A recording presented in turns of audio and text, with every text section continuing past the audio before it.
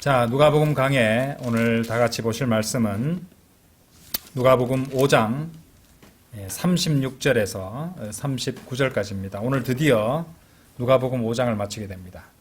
누가복음 5장 36절에서 39절까지입니다. 자, 제가 받들어 읽겠습니다. 그런 다음에 또한 그분께서 그들에게 한 가지 비유를 말씀하셨느니라. 아무도 새 의복에서 나온 조각을 오래된 의복 위에 붙이지 아니하느니라. 만일 그렇게 하면 그때는 새 의복도 찢어지게 만들며 새 의복에서 뗀 그 조각도 오래된 의복에 적합하지 아니하니라. 그리고 새 포도즙을 오래된 부대들에 넣는 사람은 아무도 없느니라. 그렇게 하면 새 포도즙은 부대들을 터뜨리고 쏟아질 것이요 부대들도 망가질 것이라.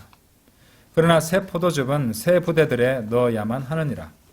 그리하면 둘 다 보존되느니라. 또한 오래된 포도즙을 마시고서 곧바로 새 포도즙을 갈망하는 자는 아무도 없느니라. 이는 그가 말하기를 오래된 것이 더 낫다 하기 때문이라. 네, 오늘 드릴 말씀 제목은 새 포도즙과 새 부대들의 비유. 새 포도즙과 새 부대들의 비유, 이런 제목으로 말씀을 드리도록 하겠습니다.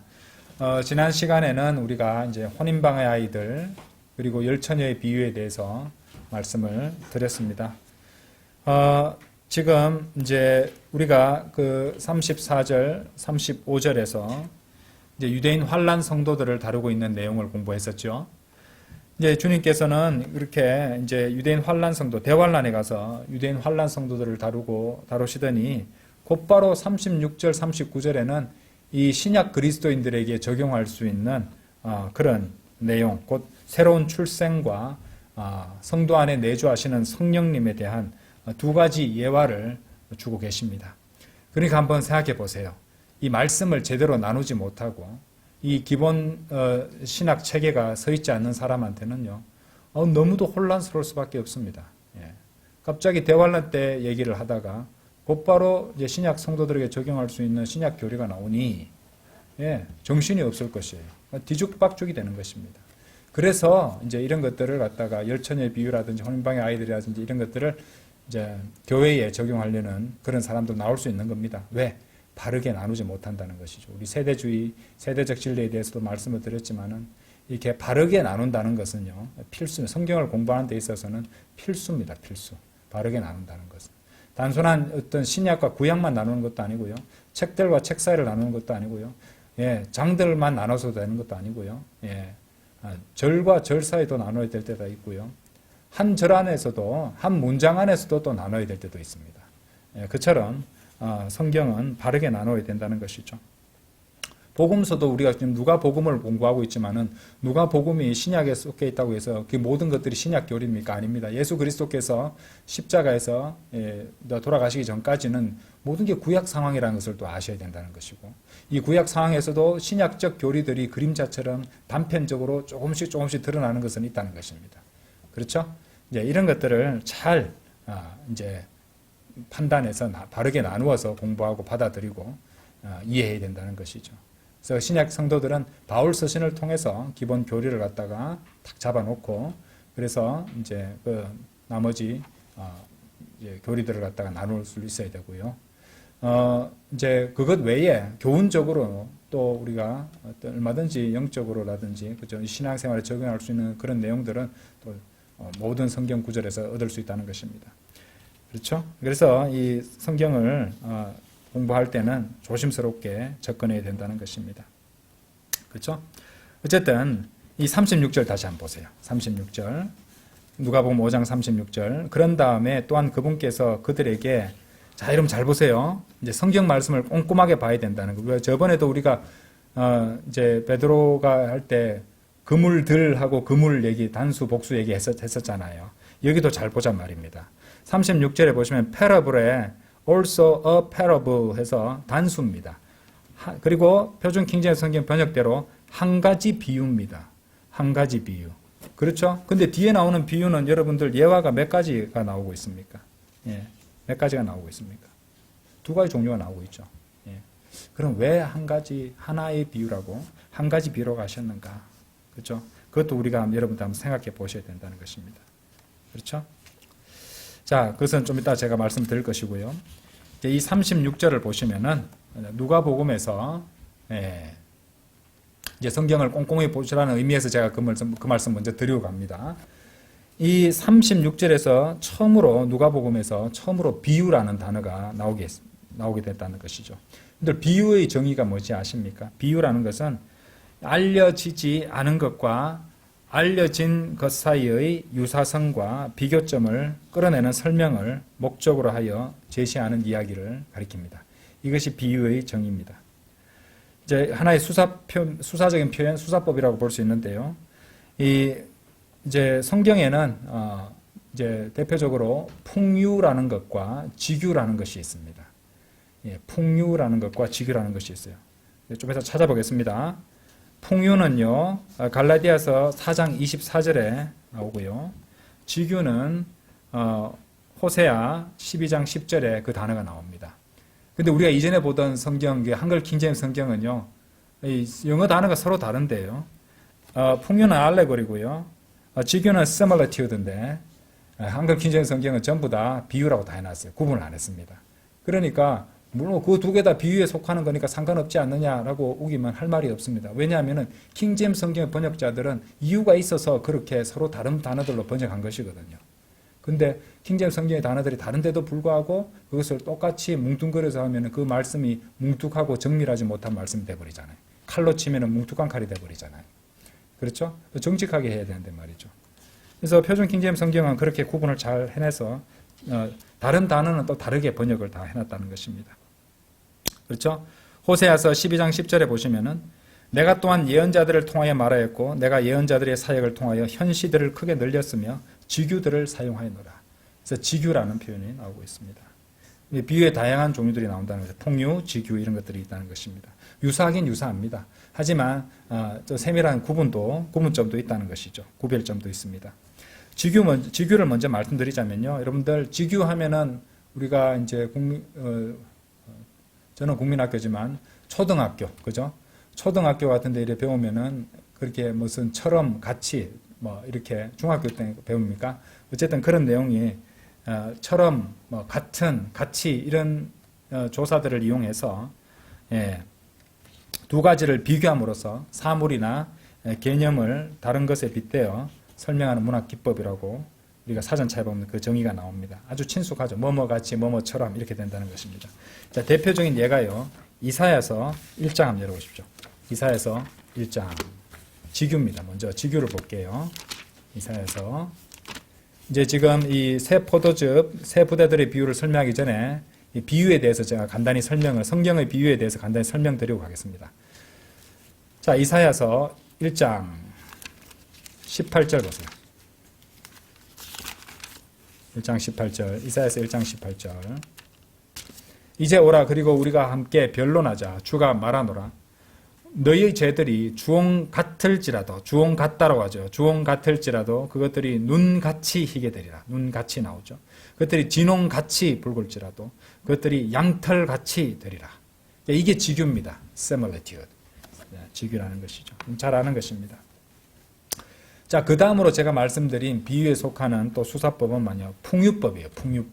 풍유법 또는 풍유라고 말할게요. 풍유는요, 본 뜻은 일단 숨겨버리고요. 비유하는 말만으로 숨겨진 뜻을 암시하는 수사법이에요. 그죠? 이것도 일종의 비유법에 속하죠. 당연히. 그리고 속담이나 격언 따위가 여기에 속한다는 것입니다. 그죠? 이를테면은 뭐 구슬이 서말이어도 깨어야 보배. 이런 것들은 실제적으로 그 안에 담긴 뜻을 갖다가 명시적으로 드러내지 않지만은 그 비유하는 말만으로서 그 뜻을 갖다 담고 있는 그런 수사법이라는 것이죠. 자, 성경에 이 풍요법이 나와 있는 부분이 있습니다. 아예 대놓고 풍유라는 단어가 나옵니다. 갈라디아서 4장 한번 열어보십시오. 갈라디아서 4장. 갈라디아 4장.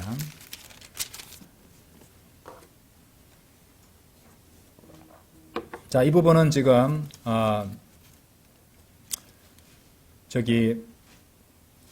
누가복음 주석서에 나오지 않지만은 이제 참고로 공부를 하고 가기 위해서 제가 말씀드리는 겁니다.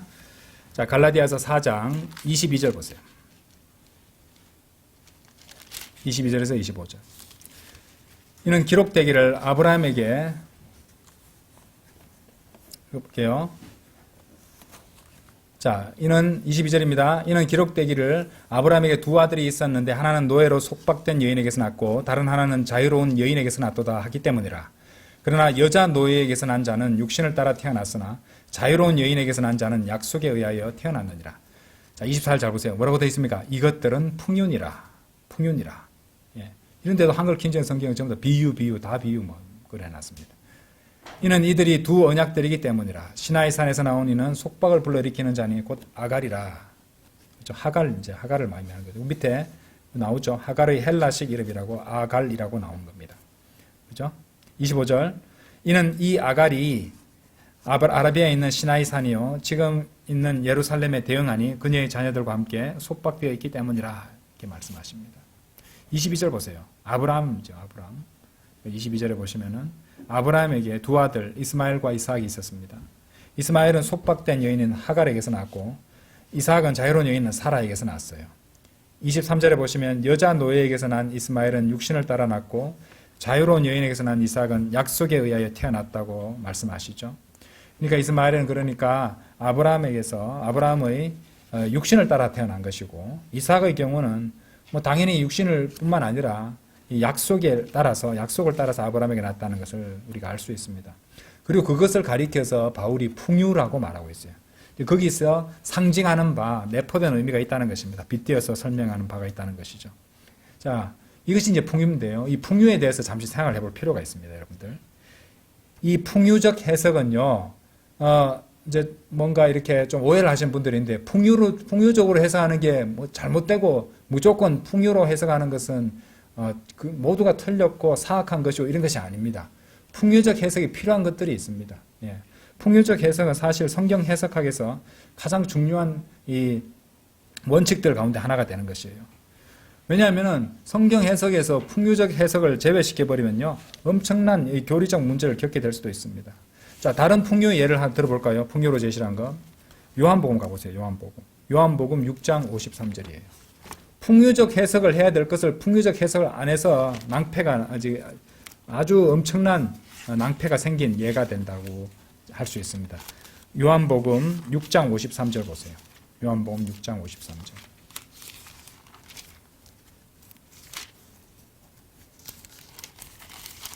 이 알레고리로 말씀하신 건데 6장 53절. 그때 예수님께서 그들에게 같이 말씀하셨느니라. 진실로 진실로 내가 너희에게 말하노니 너희가 인자의 살을 먹지 않고 그의 피를 마시지 않는다면 너희는 너희 안에 생명이 전혀 없느니라. 그럼 잘 아는 말씀이죠.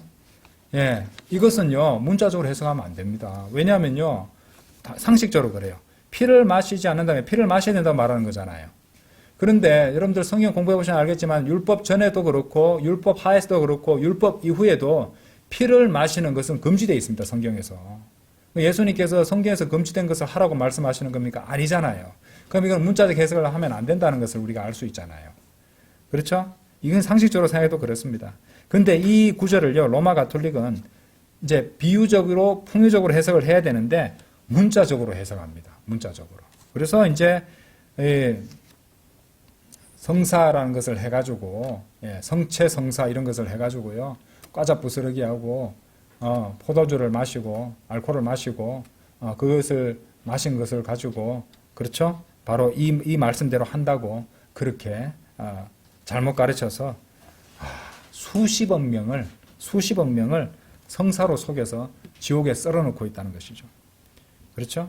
그러니까 이 요한복음 6장 53절은 풍유로 해석해야 되는 것인데 이거를 문자적으로 해석을 하니 그런 문제가 생깁니다.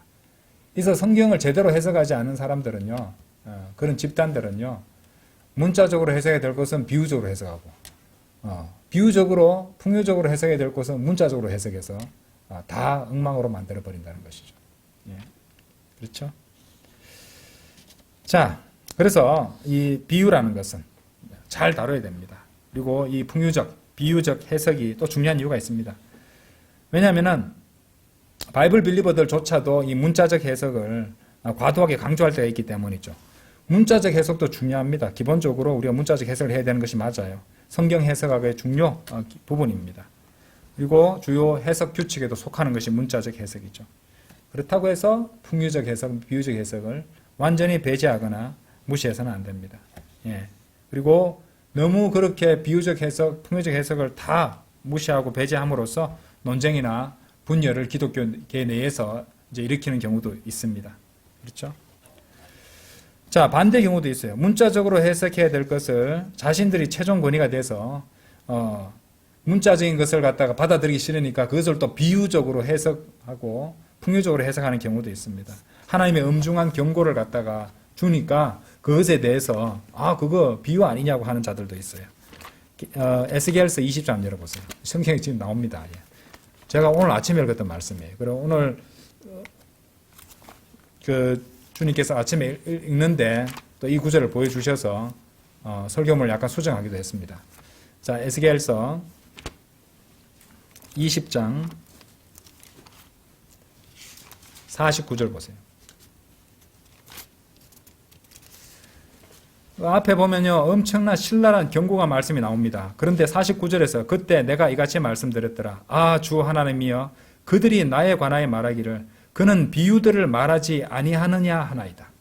그렇게 하나님의 엄중한 말씀을 갖다가 경고를 갖다가 선포했는데 그거 비유 아니냐고 그대로 받아들이지 않고 비유로 피해 가려고 한다는 것이죠. 그렇죠? 자, 어쨌든 이제 비유에 대해서 말씀드리자면요, 성경에는 비유들이 아주 풍부하게 들어 있습니다. 여러분들 우리가 복음서를 봐도 주님께서도 비유를 들어서 설명하시는 대목이 많잖아요. 그렇죠? 주님께서도 비유를 많이 사용하셨습니다. 그래서 우리는 감히 이런 말씀도 할 수 있어요. 비유가 성경에서 아주 핵심적인 역할을 수행하고 있다. 이렇게 말해도 틀린 말은 아닐 것입니다. 자, 이 풍요적 해석이 또 중요한 이유가 있습니다. 예. 물론 모든 것들을 풍요적으로 해석하면 안 되죠. 예. 이 풍요적 해석의 이유가, 이제 중요한 이유가 또 있는데, 사람들은 이제 어떤 경우에 풍유나 비유로서, 지금 갈라디아서 아까 4장 말씀은 중요한 교리를 갖다가 풍유로 제시하는 대목이거든요. 이렇게 풍유나 비유로 주어진 이런 교리를 믿는데 어려움을 겪기도 하는 경우가 있습니다. 그렇죠? 예. 그래서 이런 사람들은 뭐라고 말하냐면은 비유나 풍유가 아닌 아주 평이하고 분명한 진술이 아니면은 교리로 믿지 않겠다. 이런 입장을 나타내는 사람들도 있어요. 그러면 곤란합니다. 그렇게 생각하면 안 되죠. 왜냐하면은 우리가 아까 갈라디아서 4장 22절에서 25절에서 보셨듯이 성경의 중요한 교리를요, 풍요적인 방식으로 제시하시기 때문입니다. 그럼 여러분 이런 의문이 생길 거예요. 왜 하나님은 그렇게 그냥 이렇게 탁 읽으면 이해되도록 헷갈리는 게 전혀 없도록 또 다른 해석이 아예 그냥 다른 해석의 여지가 없도록 분명한 말씀으로 교리를 제시해 주시지 왜 이렇게 풍요로 하셨을까? 여러분 이유가 뭔지 한번 생각해 보실래요? 왜 그렇게 하실까요? 하나님께서는 여러분들이 말씀을 바르게 나누어 공부하기를 원하시기 때문에 그래요.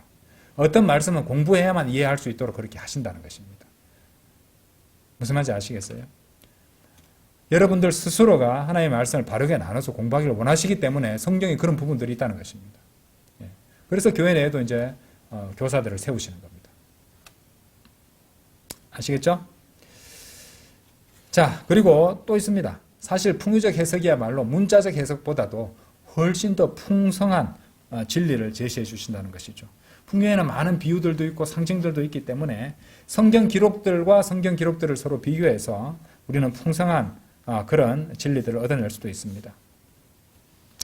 자, 이 갈라디아서 4장 22절, 25절의 경우에는요, 하갈과 사라의 이 풍요를 이용해서 문자적 해석이 아니라 풍요적인 해석을 하도록 제시하고 있죠. 그렇죠? 여기서 바울도 풍요를 아주 중요하게 사용하고 있다는 것을 알 수 있습니다. 그래서 지금 갈라디아서 시간 아니지만은 간단히 말씀드리자면은 바울은 이 갈라디아서 4장에 나오는 이 풍요를 통해서 왜 그리스도인들이 진짜 영적인 유대인들이 되는 것인지 그것을 보여주고 그것을 증명하기 위해서 풍요를 사용하고 있었다는 것이죠. 그렇죠? 그래서 갈라디아 4장 22절, 25절에 보시면은 약속의 아들 이삭을 언급하잖아요. 왜냐하면 우리 그리스도인들이 바로 영적인 약속의 자녀들이 되기 때문에 그래서 그런 이삭을 언급하고 있다는 것입니다. 왜냐하면 우리는 이전에는 자녀들이 아니었잖아요. 불임이라서 태어날 수도 없었어요. 그때 하나님의 백성은 이스라엘 민족 곧 유대인들밖에 없었습니다. 근데 지정한 때가 되었어요. 그렇죠? 차차 하나님께서는 유대인에게서 이방인들로 돌이키셨죠. 그렇죠? 그리고 우리는 그리스도의 믿음에 의해서 약속의 자녀들이 되었다는 것입니다. 이것을 보여주는 것이 우리가 아까 풍요로서 읽었던 갈라디아서 4장 22절에서 25절의 내용입니다. 자, 설명 너무 많아서 시간이 너무 많이 가니까 곧바로 다시 누가복음 돌아오셔서 5장 36절에서 39절. 제가 이제 성경의 비유에 대해서 간단히 설명을 드렸습니다. 36절, 39절 말씀 본격적으로 보도록 하겠습니다. 자, 여기 먼저 핵심을 설명하자면은 아까 제가 처음에 시작하면서 이야기는 예화가 두 가지 종류가 나왔는데 거기 누가복음 5장 36절에 보시면은 그들에게 한 가지 비유를 말씀하셨느니라 이렇게 되어 있다는 것이죠. 그러면 누가가 착각한 겁니까? 아니면 표현을 잘못한 겁니까? 아니죠. 이 사람은 의사잖아요. 대단히 지적인 사람이고 철저하게 문법을 지키는 사람인데 왜 한 가지 비유를 했을까? 당연합니다. 그 두 가지 예화가 이제 그 예화가 사실은 한 가지란 뜻입니다. 이해되시죠? 두 가지 예화가 사실은 한 가지나 사실을 보여준다는 것입니다. 그런 게 어딨냐고? 성경에 있어요. 자, 창세기 41장 열어보세요. 창세기 41장. 창세기 41장에 보시면은 이 파라오가 꿈을 꾸는데요. 두 가지 이제 그 종류의 두 가지 꿈의 내용이 있어요. 그렇죠? 41장 25절 한번 보세요. 처음에 보시면은 파라오가 꿈을 꾸었는데 하면서 이제 나옵니다. 41장에 보시면은. 그래서 25절에 보시면은 그 앞에 보시면은 꿈이 이제 두 종류의 꿈이죠. 암소들이 나오는 꿈도 있고 이삭들이 나오는 꿈이 있습니다. 그 두 가지 종류의 꿈에 대해서 요셉이 해석을 해줍니다. 그래서 25절에 보시면은 그러자 요셉이 파라오에게 이같이 말하였더라. 파라오의 꿈은 뭐라고 되어 있습니까? 하나이옵니다. 왜? 앞에 두 개라고 했잖아요. 암소들이 나오는 꿈이 있었고 이삭들이 나오는 꿈이 있었는데 파라오의 꿈은 하나이옵니다. 하나님께서 자신이 곧 하시는 일을 파라오에게 보여주셨나이다. 그러니까 여러분들 이 같은 경우는 뭐예요? 같은 내용을 다른 예화로서 또는 다른 종류의 꿈으로서 두 번 제시한 거예요. 반복해서 제시했다는 것이죠. 이게 뭡니까? 중요하다고 강조하고 있는 것이고 반드시 이런 일이 일어날 것임을 확정짓는 것이기도 합니다. 성경에서 반복했다는 것은 그런 중요한 이유가 있거든요. 그럼 여기서도 지금 다시 돌아오시면은 이 주님께서 5장 36절에서 이제 비유들이 아니라 비유라고 성경에 이제 기록되어 있으니까 누가가 기록했으니까 성령님의 인도로 그렇게 기록했으니까 이것 역시 이 두 가지 예외가 한 가지 비유구나 이렇게 이해하시면 된다는 것입니다. 그리고 반복적으로 했다는 것을 통해서 이것도 중요하다는 것을 우리가 알 수 있다는 것이죠. 중요합니다. 여러분 공부해 보시면 아실 수 있습니다. 그러니까 이제 이것이 그러면 이 두 가지 예화가 하나라는 것은요. 36절에 나오는 새 의복이 38절에 나오는 성경 구절 보면서 설명을 들으시면 이해가 될 거예요. 36절에 나오는 새 의복이 38절의 새 부대에 대응하는 것이고 36절의 오래된 의복이 37절의 오래된 부대에 대응한다는 것을 우리가 알 수 있습니다. 그렇죠? 자, 그래서 새 천조각을 오래되고 낡은 의복에다가는 꿰매지 않습니다. 왜냐하면은 오래된 것은 새 천조각을 버틸 수 있는, 새 천조각이 버틸 수 있는 그런 어떤 인장력이라든지 압력을 감당할 수 없기 때문에 두 개가 맞지 않는다는 말이죠. 37절, 38절에 나오는 부대, 거기 보시면은 영어 킹제임스 성경 보세요. 뭐라고 되어 있습니까? bottles. 우리 보통 보틀이라잖아요. bottle. 병이라고 단어로 요즘 많이 쓰는데 천 부대를 가리킬 때도 쓸 수 있는 단어입니다. 가죽 부대를 의미하는 것이에요. 자, 그리고 여기서 새 포도즙이 뭘까요? 새 포도즙. 새 포도즙 뭐냐면 어떨 때는 새 포도주 해놨는데 새 포도즙이 맞습니다. 왜 새 포도즙이 맞느냐? 자, 그것은 이제 이렇게 직접 포도송에서 짜가지고 이제 넣어지는 그런 포도즙이 발견되는 그런 것이라, 그런 포도송이와 연관되어 있다는 것을 우리가 알 수 있어요. 자, 증거 구절 보시겠습니다. 창세기 40장 가보십니다. 40장. 40장. 창세기 40장 11절. 또한 파라오의 잔이 내 손에 있었더라. 그런즉 내가 그 포도들을 따서 그것들을 파라오의 잔에다 짰고 내가 그 잔을 파라오의 손에 들였더라. 이제 이 잔에 있는 것은 술이 아니라 포도즙입니다. 이제 포도송이에서 포도들을 따서 짠 것이니까요. 자, 그래서 이사야서 65장 가보십시오. 이사야서 65장. 자, 이사야서 65장 8절 보면 더 분명해집니다. 65장 8절. 주가 이같이 말하노라. 마치 포도송이에서 새 포도즙이 발견되어, 그렇죠? 포도송이에서 짠 포도즙과 같은 겁니다. 그렇죠? 그래서 아까 40장, 창세기 40장 11절 말씀을 본 것이에요. 포도송이에서 새 포도즙이 발견되어 누군가 말하기를 그것을 멸하지 말라. 이는 그것 안에 복이 있기 때문이라 하듯 이렇게 말씀하시잖아요. 그죠? 그래서 새 포도즙은 아까 보셨던 창세기 40장에서 보셨듯이 잔 안에다가 짜서 넣는 포도즙을 말하는 것입니다. 자, 이것과 대비되는 이 포도주가 있어요. 발효된 술이 있습니다. 자, 신명기 32장 가보세요. 새 포도즙과 대조되는 그런 게 나옵니다. 자, 신명기 32장 14절 보세요. 32장.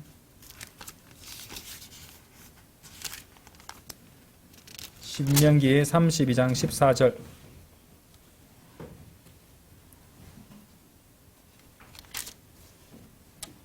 여기 보시면은 암소들의 버터와 양들의 젖을 어린 양들의 지방과 함께 또 바시안 품종의 순양들과 염소들을 밀 종자들에서 나온 기름과 함께 먹게 하셨도다. 그리고 너는 잘 보세요. 포도의 순수한 피를 마셨도다. 순수한 피잖아요.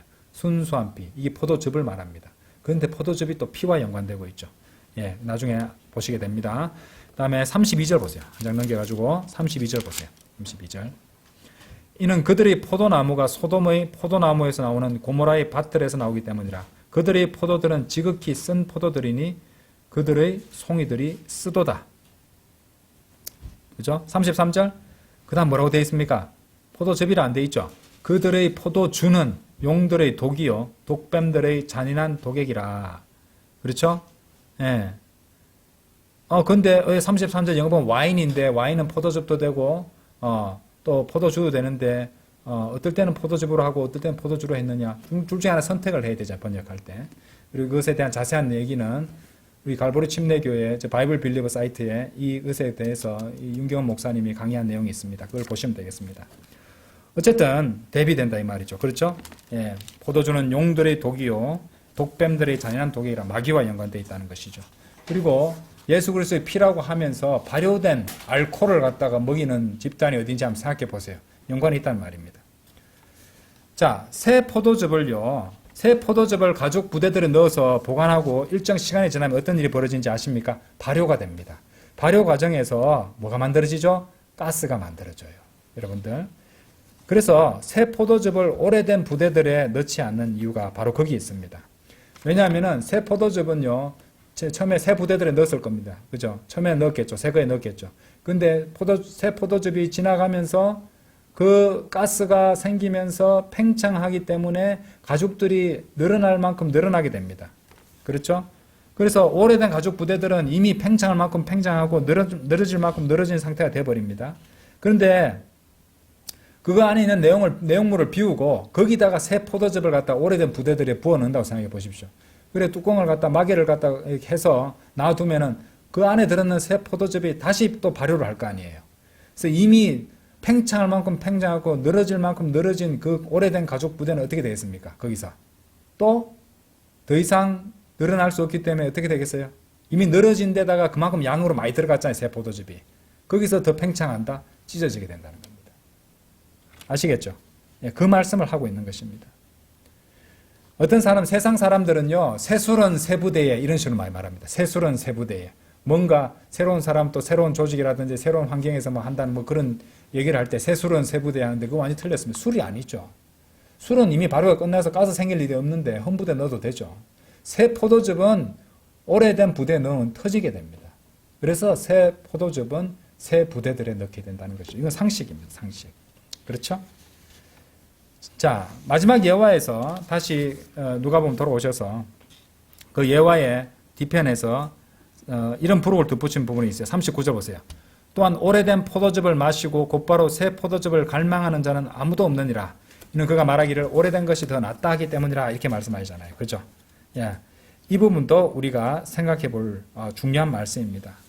그러니까 이제 다르게 말한다면 포도 주스로부터는 그러니까 즙이죠. 포도즙으로부터는 얻을 수 없는 강렬한 쾌감을 오래된 포도즙, 곧 발효된 포도주로부터는 알코올 성분으로부터는 느끼기 때문에 술을 더 좋아한다는 그 얘기입니다. 자, 그럼 이 모든 예화들에 담겨 있는 핵심 포인트가 뭡니까? 그것을 단적으로 말하자면 우리가 이 그리스도 안에서의 새로운 생명하고 오래된 아담적 본성을 섞을 수 없다는 말입니다. 그리스도 안에서의 새로운 생명과 이전에 아담에 있는 타락한 본성을 섞을 수는 없다. 그 말입니다. 고린도후서 5장 17절 보세요. 고린도후서 5장 17절. 그러므로 누구든 그리스도 안에 있다면 그는 새로운 창조물이라. 오래된 것들은 사라져버렸으니 보라 모든 것들이 새로워졌다고 말하잖아요. 그렇죠? 그러니까 옛 본성과 새로운 영적 본성을 뒤섞일 수 없습니다. 절대로 그럴 수 없다는 것이죠.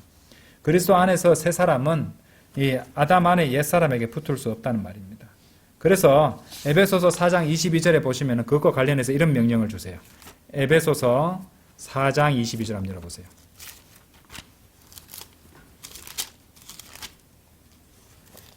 에베소서 4장 22절. 22절에서 24절까지 보겠습니다. 너희는 이전 생활 방식에 관하여 옛사람을 벗어버리라. 옛사람을 벗어버리라고 하잖아요. 그 옛사람은 속임수로 가득한 정욕들에 따라 부패한 것이라. 그런즉 너희의 생각의 영안에서 새롭게 되라. 또한 너희는 뭐라고 되어 있어요? 옛사람은 벗어버리고 새사람을 입으라. 그것은 하나님을 따라 의와 참된 거룩함 안에서 창조된 사람이라 라고 말씀하십니다. 그러니까 우리 안에 새사람은요, 부패한 육체로부터, 옛사람은 육체적 본성이고 이제 옛 본성이 아담적 본성이잖아요. 그죠? 그래서 육체로부터, 부패한 육체로부터 새 사람은 잘라내어져야 됩니다. 그게 뭘까요? 그게 영적 할례예요. 영적 할례. 그죠? 교단 교회는 영적 할례도 모르는 사람들 많습니다. 자, 골로새서 2장 11절 가보세요. 골로새서 2장 11절.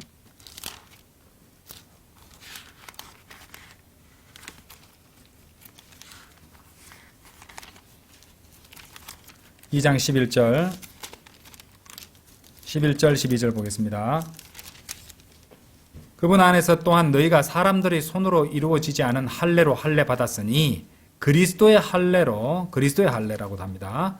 육신의 죄들의 몸을 뭐라고 되어 있어요? 아까 에베소서 4장 말씀하고도 연결이 되죠. 그리스도의 할례로 육신의 죄들의 몸을 벗게 되었느니라. 그렇죠? 너희가 침례 안에서 그분과 함께 장사되었으며 또한 그 안에서 그분과 함께 살아났으니 죽은 자들로부터 그분을 살리신 하나님의 시행에 대한 믿음을 통해서라라고 말하고 있습니다. 이 그리스도의 할례, 영적 할례는 참으로 중요한데요. 왜냐하면 이 영적 할례야말로 여러분이 창세기 3장에 나오는 이 아담과 같은 그런 결과로 귀결되지 않도록 해주는 그것이 되기 때문에 굉장히 중요합니다. 왜냐하면 아담은 육체 안에서 죄를 지었고 그것이 그의 영에 영향을 끼쳐가지고 이제 영까지 죽게 되었다는 것이죠. 그렇죠? 예. 왜냐하면은 이제 영이 죽었다는 개념이 뭐냐면은 에베소서 2장 1절에도 나오듯이 이 범법들과 죄들 가운데서 죽었던 너희를라고 이렇게 말씀이 나오거든요. 에베소 2장 1절 말씀은 영이 죽었다는 것을 말하고 있습니다. 그렇죠? 아담이 이제 죽었지만은 그 몸은 살아 있었잖아요. 그죠? 영이 죽었다는 말이에요. 정령 죽으리라 이렇게 말씀하셨던 것은 그죠? 아담은 몇백 년이 지나서 죽었잖아요. 예. 자, 그런데 이 구약 같은 경우는요, 옛 유언 언약이라고도 하죠. 짧게 줄여서 구약은요, 혼과 영이 몸에 붙어 있었어요. 그래서 그것에 의해서 영향을 받기 때문에 영은 이제 그 뒤에 태어난 사람은 영이 죽었고 혼은 몸에 붙어 있는 상태가 됐었단 말입니다. 그리고 창세기 이제 12장 3절에도 이렇게 보면은 나의 혼 이렇게 말하거든요. 나의 혼이 살리라 뭐 이런 식으로 말하는데 혼이 몸과 붙어 있으니까 그런 개념이 된다는 것이죠. 그런데 옛 유언 언약인 이 신약에서는 달라집니다. 구원받을 때 성령님께서 믿는 자의 몸 안에 내주하시기 위해서 들어오실 때 어떤 일이 벌어지냐면은 하나님의 말씀의 칼로 수술이 이루어져요. 죄악으로 가득 찬 육체를 갖다가 그리스도 안에 새 사람으로부터 잘라내버립니다. 영적 할례를 통해서 잘라내버리죠. 말씀의 수술 칼로 하는 영적 할례가 일어난다는 말입니다. 그것이 골로새서 2장 11절 말씀입니다. 그렇죠? 그리고 히브리서 4장 12절에 보시면은 하나님의 말씀은 살아있고 권능이 있으며 그 어떤 양날검보다 더 예리하여 혼과 영 그리고 관절과 골수들을 찔러 가르기까지 하고 마음의 생각들과 의도들의 분별자이기 때문이라 이렇게 말씀하시거든요. 그러니까 이 말씀의 칼로 하는 수술이 일어나는 것이 바로 영적 할례가 된다는 것이죠. 요즘에도 이렇게 포피를 잘라내게 되면 생각해 보십시오. 포피를 잘라내게 되면 그 잘라낸 그 부분은 필요 없는 것이고 그것은 잘라내자마자 생명이 없어 죽어버리는 것입니다. 아무 의미가 없잖아요. 그죠? 분리시킨다는 것입니다. 그렇죠? 그래서 이 영적 할례라는 것, 그리스도의 할례라는 것은 굉장히 중요합니다. 왜냐하면 이것은 또 구원의 영원한 보장과도 연결이 되어 있어요. 성도들이 구원받은 이후에 자, 그 육체가 설령 죄를 짓는다 할지라도 그것이 다시 거듭난 그 영에게는 어떤 영향도 끼칠 수 없게 된다는 것이죠. 이것이 영적 할례의 위력입니다. 분리시켰다니까요. 잘라내버리고, 그렇죠? 영적 할례로 죄들의 몸을 벗어버렸고 분리되었기 때문에 아직 구속받지 않은 몸이 지은 죄 때문에 지옥에 갈 일은 없다는 것입니다. 물론 이 세상에 사는 동안은 추수의 법칙에 따라 정정을 받습니다. 뭐냐? 자신이 심은 것은 자기가 거둬야 되고요. 행위와 섬김에 대한 심판을 받게 되어서 이제 그 보상과 유산의 경우는 상실할 수도 있다는 것입니다. 구원은 이렇지 않아도 말이죠. 자, 어쨌든 이 새 포도즙은 그러니까 이제 제가 영적 할례를 설명해 드렸는데 성령님의 한 유형으로 이해를 하실 수 있습니다. 오순절 성령님으로 충만한 사람들이 능력을 받아 방언을 말하는 장면이 나와요. 사도행전 2장 13절에 나오는데요. 근데 오묘하게도 그렇게 오순절 성령님으로 충만해서 이제 외국어를 말하는 사람들을 보고 이제 다른 사람들 믿음 없는 자들이 이 자들이 새 포도즙으로 취했다 하고 조롱하는 대목이 나옵니다. 여러분들 새 포도즙으로 취했다고 말해야 조롱이 맞죠. 술은 마시면 취하니까요. 그렇죠? 대낮에 술도 안 마시고 물과 같이 알코올이 없는 포도즙을 마셨는데 저자들이 취한 것처럼 행동한다 이렇게 조롱한 것이었거든요. 그런데 놀랍게도 성령님은 그런 믿음 없는 자들의 조롱도 사용하셔서 이 진리를 드러내고 있다는 사실을 알 수 있습니다. 그래서 포도즙은 성령님의 한 유형으로 이해할 수 있다. 그리고 에베소서 5장 18절에는 그리고 술 취하지 말라. 그 안에는 과도함이 있으니 오직 성령으로 충만하라. 이렇게 말씀하셨거든요. 아까 사도행전 2장 13절과도 연결되죠. 그러니까 포도즙은 성령님과 연결지어서 사용할 수 있다는 것입니다. 자, 그러면은 새 포도즙은 새 부대들의 이게 무슨 말이냐? 성령님께서는 여러분들의 몸 안에 구원받은 여러분들의 몸 안에 살기 위해 들어오시기 전에 자, 새로운 그릇을 필요로 하시는 것이에요. 그래서 그 그릇은 성령님께서 필요로 하시는 새로운 그릇은 주 예수 그리스도의 영적인 몸이어야 합니다. 그렇죠? 성령님은 그리스도의 영이시니까요.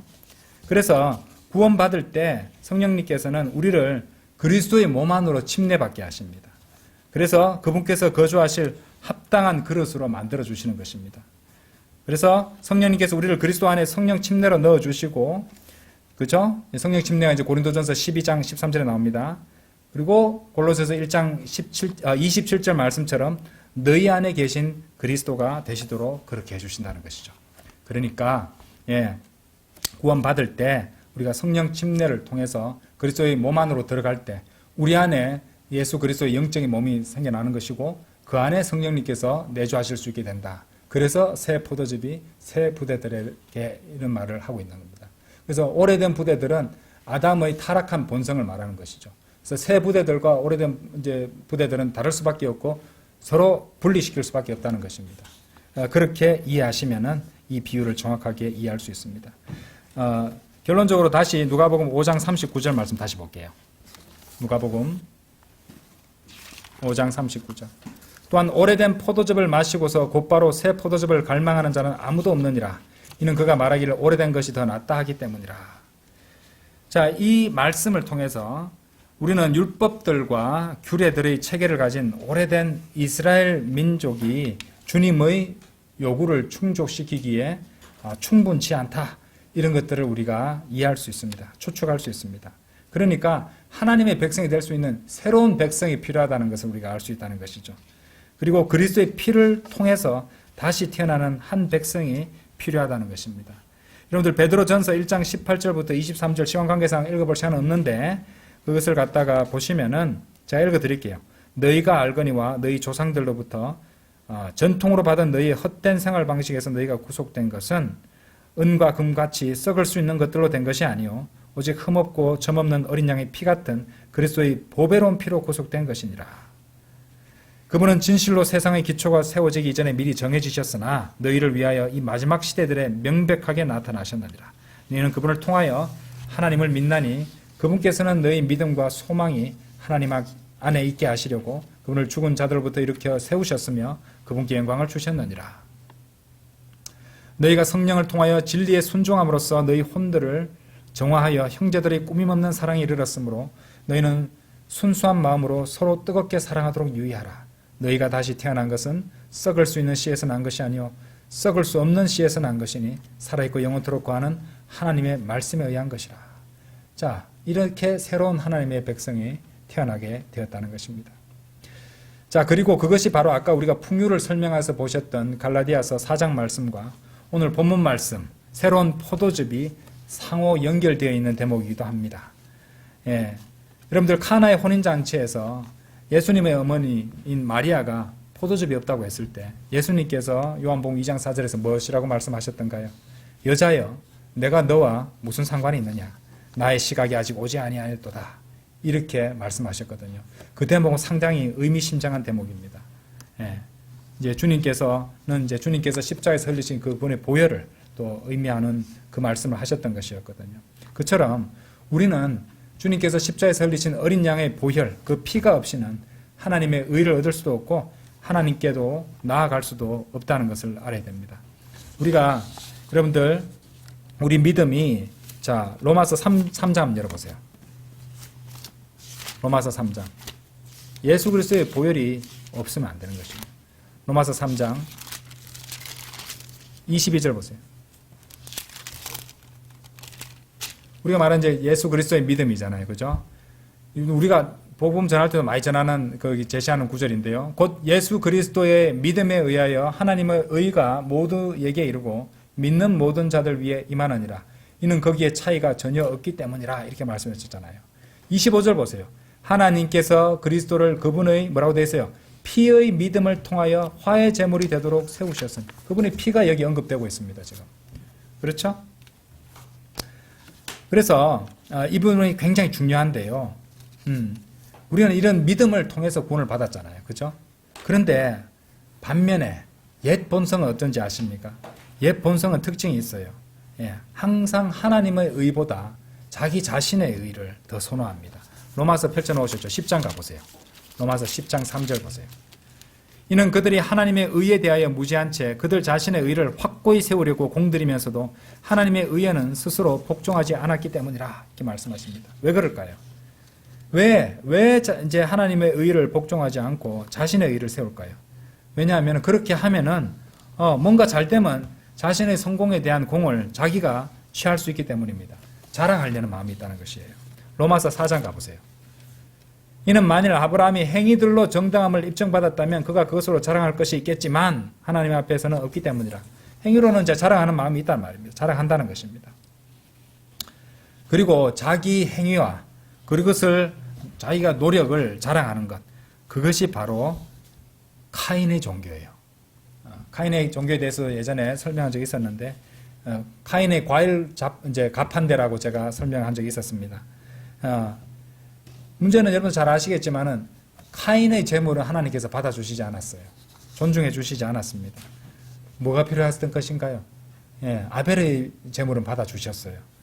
반드시 어린 양의 피가 있어야 된다는 것을 하나님께서 보여주셨던 것이거든요. 예, 창세기 4장, 마지막으로 한번 찾아보겠습니다. 창세기 4장. 창세기 4장 3절에서 5절. 이런 신약의 그 모든 교리를 또 보여주는 하나의 그림이 됩니다. 4장 3절에서 5절입니다. 그리고 시간이 흐르고 이러한 일이 있었으니 곧 카인이 지면에서 나온 열매 중에 죽게 바칠 제물을 가져왔다. 자기가 땀 흘려서 일군 그런 이제 농사를 통해서 가꾼 열매죠. 또한 아벨 자신도 자기 양떼의 첩배 새끼들 중에서와 그것들이 살찐 것들 중에서 가져왔더라. 이에 주께서 아벨과 그의 제물은 존중하셨더라. 아벨과 그의 제물은 이제 어차피 피를 흘리게 되니까요, 존중하셨어요. 그러나 그분께서 카인과 그의 제물은 존중하지 아니하셨더라. 그러자 카인이 몹시 경노하였으며 그의 안색이 굳었더라. 카인이 열심히 땀 흘려 가꾼 열매를 갖다 받아주시면 자기가 자랑하겠지만 하나님께서는 그것을 안 받아주셨어요. 왜? 어린 양의 피가 없었기 때문입니다. 자, 우리 바이블 빌리버들이 가진 신앙은요, 카인의 종교가 아닙니다.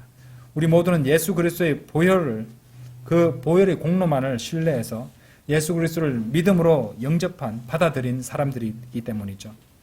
하지만 이 세상을 한번 보십시오. 로마 가톨릭을 위시해서 행위 구원과 노력과 종교의식으로 하늘에 이루고자 하는 사람이 절대 다수입니다. 기독교 교회도 안식교나 여호와의 증인 이런 자들을 통해서 또 주재권 구원론을 갖다가 또 주장하는 자들도 마찬가지고 이렇게 행위를 내세우는 자들이 많다는 것입니다. 그렇죠? 이런 자들은요, 비유적으로 말씀드리자면은 새 포도즙이 새 부대들에 담기는 것을 받아들이지 않습니다. 그들은 자기 자신을 내세우고 또 자기 자신의 의를 드높이고 싶기 때문에 하나님의 의를 거부하는 것이죠. 그리고 이런 새 포도즙이 새 부대들에 이제 담겨야 한다는 그 진리를 담고 있는 귀한 교리죠. 세대적 진리, 세대주의라고도 하는데 이 세대적 진리도 그들은 거부한다는 것이죠. 그것이 무엇입니까? 하나님의 방식과 하나님의 나누심을 무시하는 반역하는 행위죠. 반역하는 행위. 마법과도 같은 것이죠. 하나님의 피, 곧 예수 그리스도의 보혈을 또 무용한 것으로 만들어버리는 가증한 죄입니다. 가증한 시도고요. 이 사람들이 받게 될 심판이 얼마나 클지 한번 생각해 보십시오. 끔찍합니다. 그러므로 우리는 한 사람에게라도 바른 진리를 더 알려주고 하나님의 은혜의 복음을 전해야 됩니다. 오래된 포도주에 빠져 사는 자들에게 새 포도즙을 전해줘야 하겠습니다. 다 같이 기도드리겠습니다.